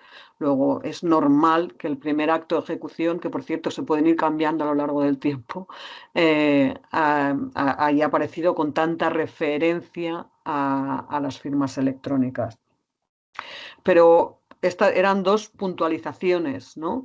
Y luego quizá también porque ha participado mucha gente que viene bueno, muchísimos expertos que vienen de archivos públicos de distintos países europeos en esta de la norma, y yo creo que ya lo habéis dicho varias veces, pero fundamentalmente lo que se quería resguardar diciendo que no se referían a los archivos históricos era por una razón distinta a la que habéis puesto vosotros encima de la mesa. Lo que no se quería era obligar que los archivos públicos tuviesen que ser certificados por este reglamento, ¿vale? Porque eso sí que era una carga brutal para los archivos públicos. Entonces, es como a los archivos públicos se les presupone que no hace falta que lo certifique un tercero porque ya son de confianza, porque por eso son públicos. Es como darle la vuelta al argumento, ¿no? O sea, es decir, es como, era al revés, intentar decir, oiga, que no me diga usted que ahora yo, archivo único de la AGE, voy a tener que pasar una certificación que cuesta un dineral, ¿no? Para que me digan que soy un archivo cualificado. No. Por lo tanto, digamos, la cualificación está reservada a los prestadores de servicios que son privados. O sea, los que prestan servicios privadamente, los que te dicen, tengo mi servicio de archivo electrónico en la nube, a donde tú me puedes mandar tus evidencias, ¿vale? Digamos que en el reglamento dice documentos y datos electrónicos, eso es una cosa muy amplia, ¿no? Y yo busco, o sea, si yo busco en el mercado a alguien que me dé ese servicio, pues si me encuentro uno que dice cualificado y que me dice, oye, que si pones tus documentos aquí ya tienen presunción de legalidad, ya no te los pueden rechazar en ninguna corte ni en ningún tribunal, pues entonces, ¿qué voy a elegir? O sea, como cliente no soy tonto, ¿no? O sea, me voy a uno que sea cualificado antes de irme a uno no cualificado, siempre que los dineros me den, ¿no? Siempre que el servicio cualificado no sea tan caro que esté fuera de mi capacidad económica. Pero un poco es eso, ¿no? Pero sí es, lo que sí es cierto, y esto yo lo he repetido muchas veces, no sé cómo evolucionará, es que también los archivos públicos, muchos de ellos han tenido que tomar la decisión de contratar un servicio de archivo que dé un prestatario privado. Vamos, de hecho es lo más normal que eso pueda suceder. Entonces, cuando yo como archivo público no tengo la capacidad de poder montar toda esa infraestructura de archivo electrónico único, pues a lo mejor voy al mercado y contrato a alguien que me esté prestando ese servicio y que me dé su infraestructura en la nube. Por lo tanto, ahí es donde veo la relación entre archivo, una relación que puede ser directa entre archivo electrónico único y un prestador de servicios cualificado. No sé si va a pasar, ¿eh? O sea, esto es imaginar cómo va a ser el futuro. Gracias, Carlota, muchas gracias. No tenemos más preguntas en el chat, creo que habéis acabado con... Bueno, no habéis acabado, en realidad lo habéis explicado de una manera que, ¿no? Como progresivamente y quizás es que no hay dudas y estamos todos como a la expectativa. Yo creo que a A mí- partir de la diapositiva 20 se han ido. Ah, mira, ya tenemos más preguntas. Sí, sí. Miguel, Iñaki, perdón, Iñaki Miguel. Hola, hola, bueno, yo trabajo en el Archivo General del Gobierno Vasco, con Tocusi, que lo habéis comentado, ¿no? Esta pregunta, bueno, va también para Carlota, porque Carlota lo ha puntualizado algunas cosas que, bueno, que me había dejado con vuestra presentación, pues algunas dudas, ¿no? Claro, los archivos electrónicos de las instituciones públicas, claro, tenemos un problema, bueno, por lo menos los que decidimos resellar las firmas electrónicas para conservarlas a largo plazo, pues tenemos un problema de volumen, de que vemos que no da tiempo a resellar con los millones de documentos electrónicos que tenemos. Y estábamos esperanzados en que este reglamento EIDAS 2 nos dice una salida como la que decía la NTI, ¿no? De declararnos como depósitos seguros y no tener que estar resellando todas las firmas electrónicas. Entonces, bueno, ya nos ha dicho Carlota que se nos da presunción de veracidad, ¿no? Pero, pero yo creo que tenemos que darle una forma legal a que no tengamos que resellar las firmas, ¿eh? Creo que por operatividad, ¿eh? Pero bueno, hoy nos habéis dicho, simplemente era una reflexión, ¿eh? No era una pregunta. Y esto es un tema, Iñaki, bueno, luego dejo a Carlota que intervenga, pero es un tema del que habíamos hablado bastante, precisamente, bueno, la historia viene de más largo, ¿no? Pero porque al principio cuando se publicó el borrador, esto lo contará mejor Carlota, así que casi la debería dejar intervenir ella, pero bueno, me adelanto yo y luego que me corrija. Cuando salió el primer borrador de los actos de ejecución, perdón, el estándar técnico, la especificación técnica, no aparecía referenciada ni nada sobre OAIS, ¿vale? Y uno de los debates que teníamos era precisamente este, pero teniendo, y además conociendo vuestro caso, teniendo el caso del gobierno vasco, pues conociendo casos en los que ya sabemos que el resellado es un problema y va a ser un problema cuando aumente el volumen de documentos que tenemos que gestionar, ¿cómo nos centramos en el último, como último criterio este? Entonces, es cierto que los expertos en firma se refieren a que hay posibilidades de gestionar bloques de expedientes, como se llama, creo que la estructura tecnológica se llama árboles de Merkel, lo que permite es gestionar bloques de paquetes para que tú en realidad solo gestiones un resello para todo el bloque. Pero es cierto que esto tampoco está exento de dificultades. Es decir, si tú tienes que actuar sobre un conjunto de documentos concreto de ese bloque, pues también te obliga a aplicar resellos y demás. Pero bueno, los expertos en firma dicen que hay opciones criptográficas, sin renunciar a ellas, que permiten no tener que hacer un conjunto de resellos concreto de todos los documentos, sino de el conjunto, por así decirlo. No sé si me he sabido explicar. Entonces, la propia norma ETSI a que se refería Carlota da opciones en este sentido, pero es cierto que mucho más allá de las criptográficas no. ¿Vale? Entonces, pues sí que existen, pero no. Lo cierto es que yo he estado buscando, después de aquellos debates, aplicaciones prácticas en ámbitos archivísticos y no he encontrado ninguna. Entonces, pues bueno, es cierto. Bueno, ya dejo a Carlota que también conteste, pero bueno, en esta línea. Casi mejor que intervenga Fátima, ¿no? Que tiene la mano ahí levantada desde hace un rato y luego a ver si juntamos todo.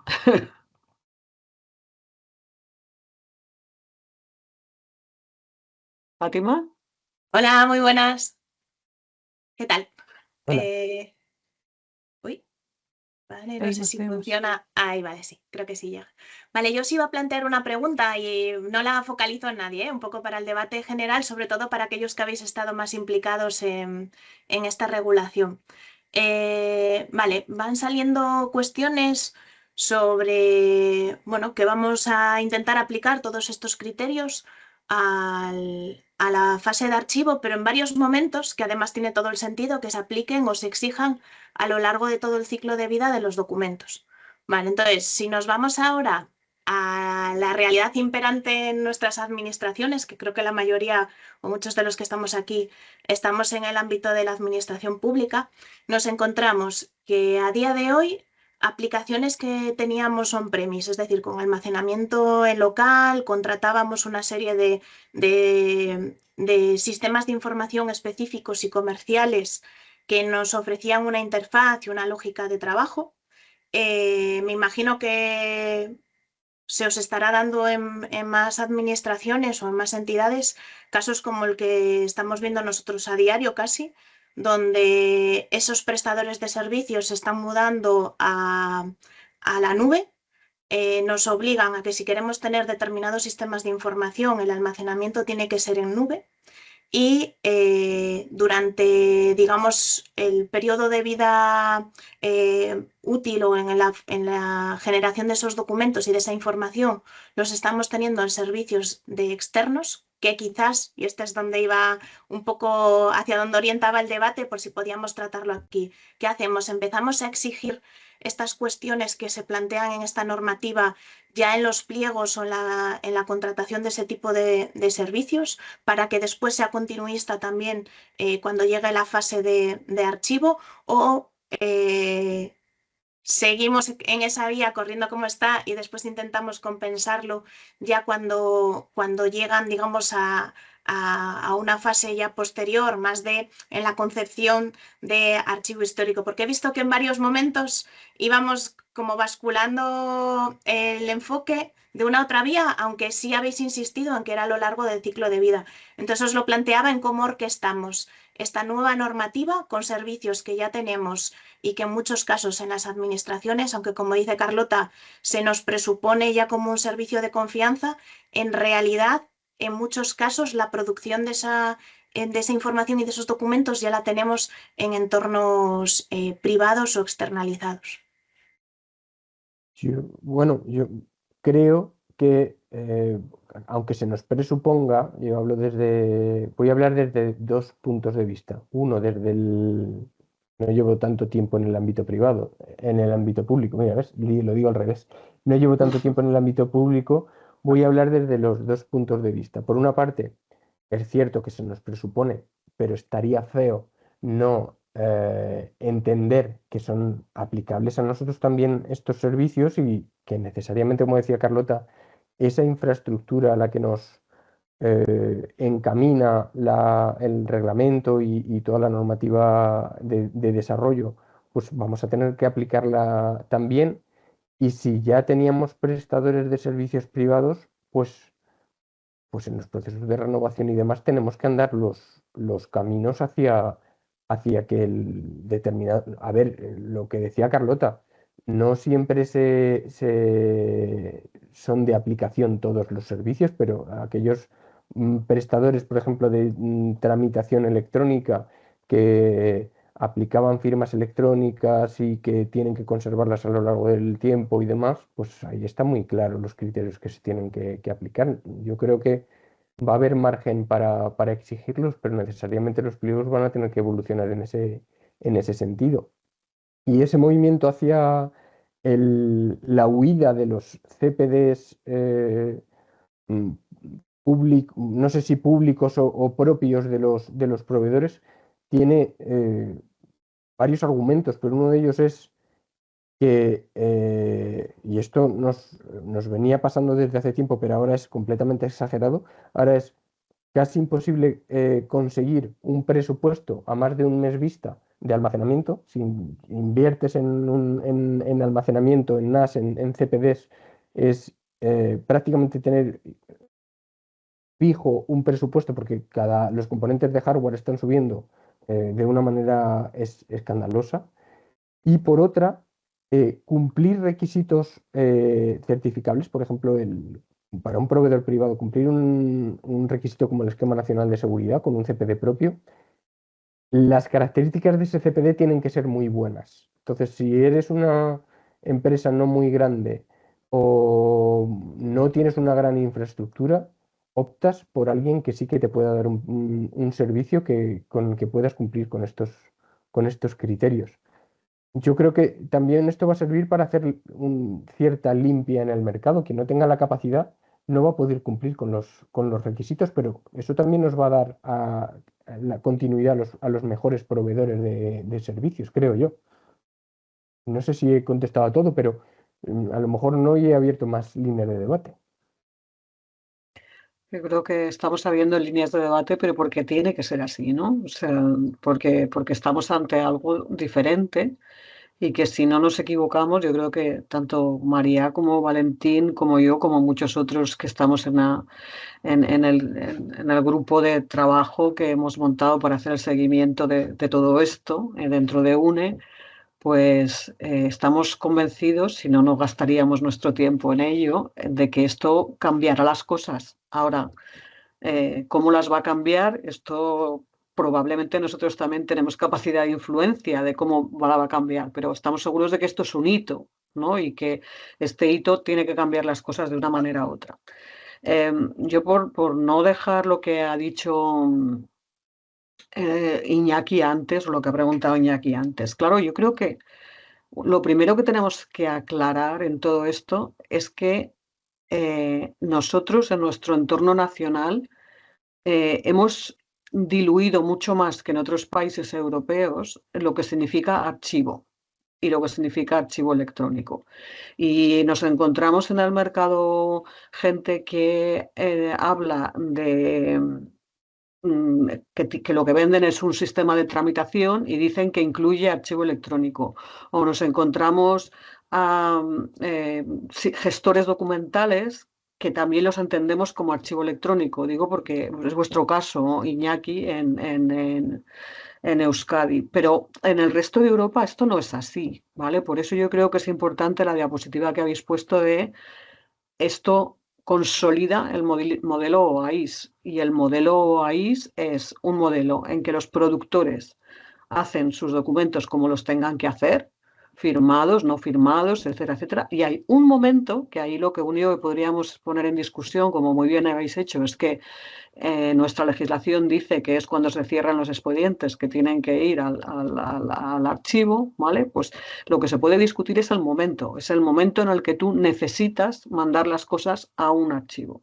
Pero ese archivo no es el sistema en que tú has generado los documentos, es distinto, es un sistema que está especializado en archivar, no especializado en tramitar ni especializado en otra cosa. Está especializado en archivar y en hacer las acciones de preservación. Y las acciones de preservación, cada vez que hablamos de los documentos, pues nos viene la conversión de formatos a la cabeza, ¿no? Por ejemplo. Pero es que lo más fácil de preservar son los documentos electrónicos, incluso si están firmados. Pero es que aquí, por eso, este servicio habla de datos también, ¿vale? Documentos y datos. Y estamos hablando de ese modelo AIS que nos guste o no, porque te puede gustar más, te puede gustar menos, separa completamente el productor del archivo.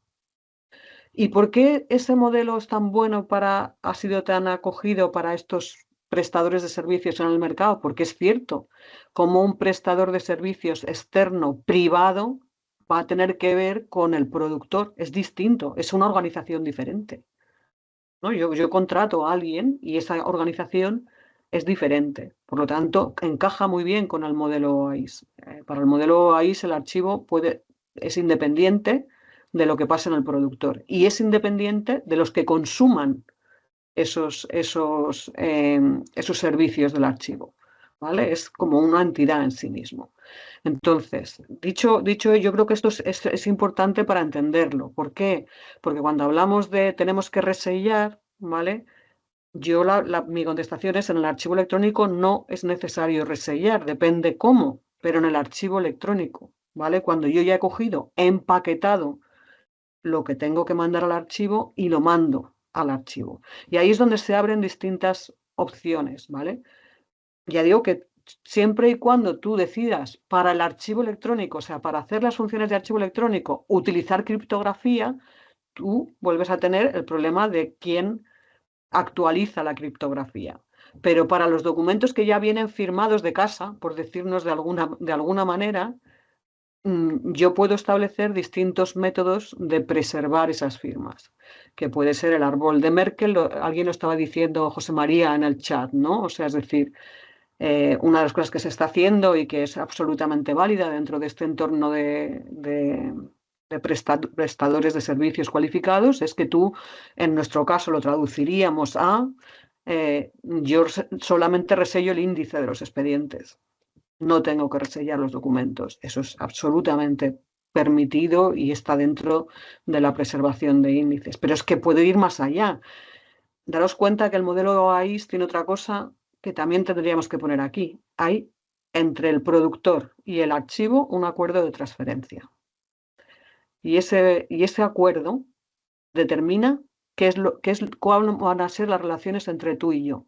Así que si tú no necesitas que yo te reselle las firmas, pues no te las resellaré. Si tú no necesitas que yo valide las firmas cuando entra, pues no lo haré. Porque el acuerdo es entre tú y yo, ¿vale? Y dependiendo para qué y qué tipo de contenido te dé a ti para que me lo archives, para que me lo preserves a largo plazo, podríamos decir, yo estableceré contigo cuáles son mis condiciones. Entonces, por eso funciona muy bien el modelo AIS para este tipo de proveedores de servicios en el mercado, ¿no? Porque realmente está funcionando como un guante. Ahora, podemos decir que lo que vosotros tenéis en Docusi basado en Documentum es un archivo electrónico como se dice que es. No, porque no hay paquetes de información o AIS, ¿vale? Porque no funciona como productor que me manda los archivos, ¿vale? O sea, es decir, probablemente es la siguiente etapa, Iñaki. O sea, que cuando saquéis las cosas de Docusi y las mandéis a un servicio de archivo electrónico, porque entre otras cosas es más barato, ¿vale? Esa es la siguiente derivada de todo esto, es que yo no puedo, o sea, hay ciertas infraestructuras que crecen y crecen y crecen. El modelo AIS, como aplana la información en paquetes, ¿vale? Necesita infraestructuras mucho menos costosas que lo que yo necesito mientras se está tramitando, ¿vale? Son ideas para poner encima de la mesa, pero que cuando contrastas con otros países europeos, con otras tradiciones y con donde los archivos centrales ejercen, no como los nuestros, sino ejercen que tienes que hacerles transferencias cada X tiempo a los archivos centrales. Pues claro, ellos el modelo OAIS lo tienen súper implementado en los archivos centrales, ¿no? Porque hay un acuerdo de transferencia con cada uno de los productores que tienen que mandar información a un archivo central. Yo la dificultad la sigo viendo donde donde, no sé, por experiencia, la he encontrado o la hemos encontrado en, precisamente en esos procesos de transferencia, es donde en muchas instituciones se han encontrado las dificultades. Y me refiero y especifico. Claro, tú llegabas a un acuerdo que en nuestro caso, en el caso de la Administración española, no es exactamente OAIS, pero entendimos que hay unos paquetes de transferencia conforme a un estándar que se ha establecido, que le pueden faltar cosas, sabemos que les faltan cosas, pero bueno, vamos por simplificar, vamos a entender que tenemos esos paquetes creados. Y precisamente donde nos hemos encontrado las dificultades es que el cumplimiento estricto de los acuerdos no era tal. Es decir, y más ahora que habíamos interpretado que había que validar las firmas y demás, pero es que ahora en los casos en los que hay firmas, el proceso de validación en el archivo electrónico cualificado hay que hacerlo. O sea, tengo que ser capaz de verificar que las firmas son correctas conforme a ETSI, etcétera, o por lo menos tener un punto de validación del momento en el que se transfirieron. Hasta ahora las principales dificultades nos las hemos encontrado ahí, que hay muchas firmas, no sé si por la dificultad del momento, las dificultades de implementación y demás, que no hemos sido capaces de validar porque estaban incompletas, porque les faltaban elementos y demás. Ahora con criterios quizá casi más exigentes todavía, pues no sabemos si esto va a ser más complicado y a lo mejor en los casos en los que hay, como tú apuntabas, Carlota, documentos electrónicos que no están firmados, pues no va a haber problema. Porque hay entornos de OAIS que funcionan perfectamente, sobre todo en ámbitos de digitalización de patrimonio histórico, que funcionan muy bien, pero yo la experiencia que tengo no es muy halagüeña con lo que hemos ingresado hasta ahora proveniente de sistemas de tramitación y demás, porque, bueno, ese cumplimiento que a priori parece tan claro en nuestro caso, normas técnicas de interoperabilidad y demás, pues luego no era tan evidente en la hora de la verdad y la mayoría eran excepciones. Por eso también hablábamos de esa documentación en herejía o que cumplía parcialmente o demás. Entonces, tampoco sé cómo esa realidad existe, es hoy por hoy mayoritaria, pues tenemos que buscar alternativas para Pues resolverla.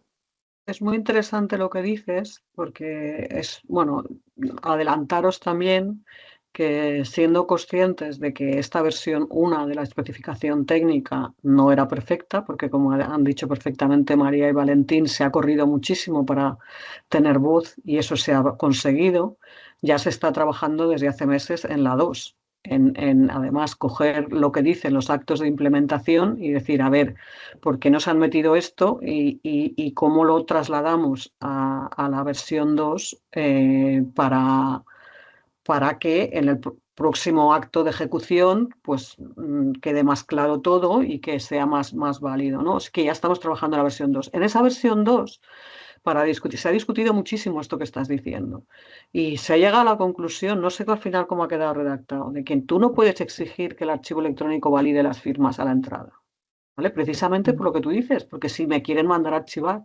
algo que no tiene una firma cualificada, pues yo no les voy a decir que no puedo decir que no, porque es algo que me quieren mandar a validar, ¿no? Entonces, todo eso viene en los acuerdos de transferencia, ¿vale? Tendrá la validez que se le quiera dar, ¿vale? En ese acuerdo de transferencia.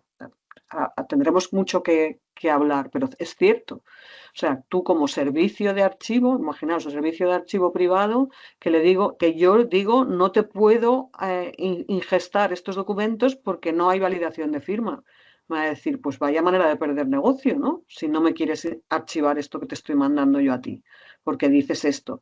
Primero porque aquí estamos quizá mal acostumbrados porque estamos en el ámbito de las administraciones públicas, que es donde más nos hemos desarrollado, y realmente prestatarios del servicio de validación de firmas, ¿vale? No tenemos tantos, o sea, tenemos la Fábrica Nacional de la Moneda y Timbre y los distintos correspondientes a las distintas comunidades autónomas que han desarrollado sus propios esquemas de firma. Pero es que lo que te dice realmente la regulación es, si tú has utilizado un sistema, o sea, perdón, un sistema de firma cualificado, entonces tendrás que usar la validación cualificada. Es todavía más fino, ¿vale? Si tú has utilizado otro tipo de firma electrónica que no es un servicio cualificado de firma electrónica, pues ¿cómo lo vas a poder validar? No lo puedes validar. No sé si me estoy enredando demasiado, pero creo que esto abre un poco las posibilidades que existen, porque realmente lo que pretende, como muy bien habéis dicho, la regulación europea es regular el mercado y que todos estemos en condiciones. Y ahí va a la que estaba poniendo Fátima encima de la mesa. ¿Qué hacemos? ¿Empezamos a exigir esto en los pliegos de prescripciones técnicas? Pues ya podemos ir buscando proveedores de servicios en otro sitio. Quiero decir, franceses, belgas, italianos, ¿vale? Siempre nos ha sorprendido mucho que, con honrosísimas excepciones, los que estaban más interesados en discutir esta norma a nivel europeo eran los prestadores, o sea, los potenciales prestadores de servicios. Y aquí a los nuestros, a los españoles, como que no, ¿vale? Con honrosísimas excepciones, sobre todo cuando Valentín y María estaban en Odilo o cuando, o también, porque lo tenemos que decir, o Roberto González de Nagueru, ¿vale? Pero no hemos tenido más. ¿Y deberían estar todos preocupados por el tema? Pues no nos hemos preocupado mucho. Así que si empezamos a exigir ahora esto, tendríamos que ir a buscar a proveedores de servicios fuera de nuestras fronteras, ¿vale? Luego quizá no sea el momento de exigirlo en los pliegos de prescripciones técnicas, pero es quizá el momento de empezar a dar puntos, ¿vale? Por cumplir esos requisitos para que para ir educando, digamos, al mercado y que esos proveedores de servicios sepan que aquí hay un run detrás y que dentro de poco podrá ser. ¿Quiénes están encantados con todo esto? Pues los que de alguna manera ya estaban adelantados, ¿no? O sea, nosotros sabemos de muchos sistemas de preservación que podrían ser estos prestadores cualificados que están intentando abrir negocio en España. Mercado, digamos, en principio, libre o digamos, libre de competencia o libre de competencia preocupada. Vamos a decirle así, porque no es libre de competencia, pero sí que hay muchísimos movimientos de franceses, italianos, belgas, alemanes, ¿verdad? Es decir, vamos a ofrecer nuestros servicios en España también, como servicio electrónico de confianza. Y esto es lo que tiene esta regulación. Si yo obtengo la cualificación, o sea, el sello, realmente es un sello de servicio electrónico, al servicio cualificado de archivo electrónico en Bélgica, es absolutamente válido en España. Esta es la gracia del asunto.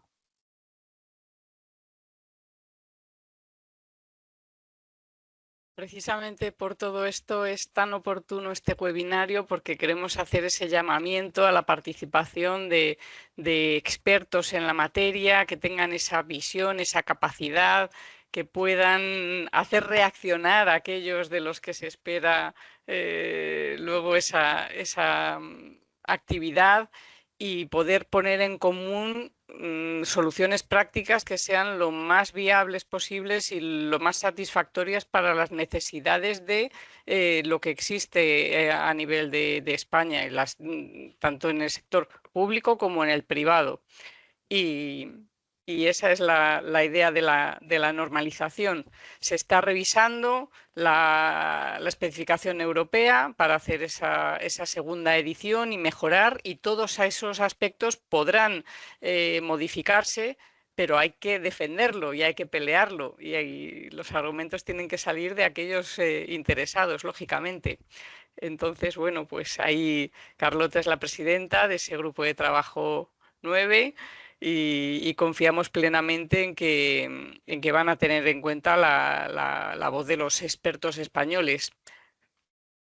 Carlota, no sé. En cuanto, ya sabes que en la normalización, en cuanto abres la boca, te tienen en cuenta, ¿no? Porque, bueno, es un trabajo que como no está ni remunerado ni de ninguna manera, ¿no? O cuando participas es porque te lo crees, porque te crees que es importante para lo que tú haces. Por lo tanto, nos unimos un grupo de gente que tenemos la misma manera de estar en la vida, por decirlo de alguna manera, ¿no? Nos creemos lo que hacemos y como nos creemos que lo que hacemos es importante y es para ayudar a los demás, pues rápidamente cuando tú te ofreces a hacer algo,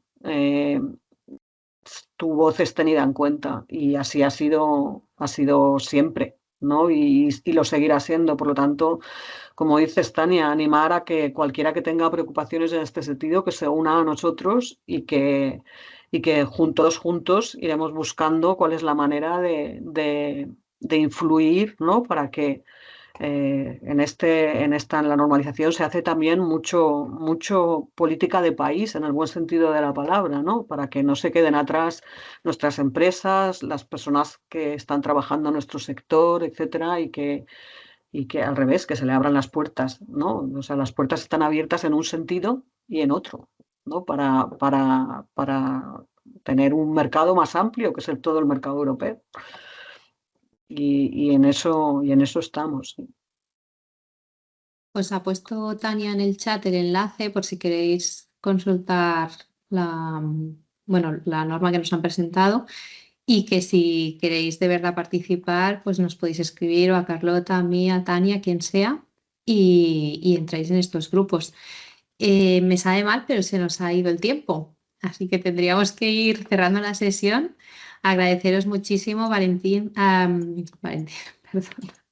Sí, Y María, toda la preparación, las ganas y lo bien que lo habéis explicado, la verdad, ha sido un placer. Y a los que os habéis quedado hasta el final, también agradeceroslo. Comentaros que se ha quedado muchísima gente hasta prácticamente el final, ¿vale? Vosotros que estabais tiene mucho mérito, preocupados, sí, tiene mucho mérito eso, sí. pues no, se ha quedado casi todo el mundo. Y nada, comentaros que en breve ya publicaremos la información sobre el siguiente webinar para los que queráis conectaros y seguir, ¿no?, estas actividades que hacemos conjuntamente UNE y la Escuela de Archivística, y será sobre la gestión documental, gestión de documentos en entornos de datos estructurados. Así que ya en breve lo publicamos y os guardáis la fecha. Muchas gracias y damos por finalizada la sesión.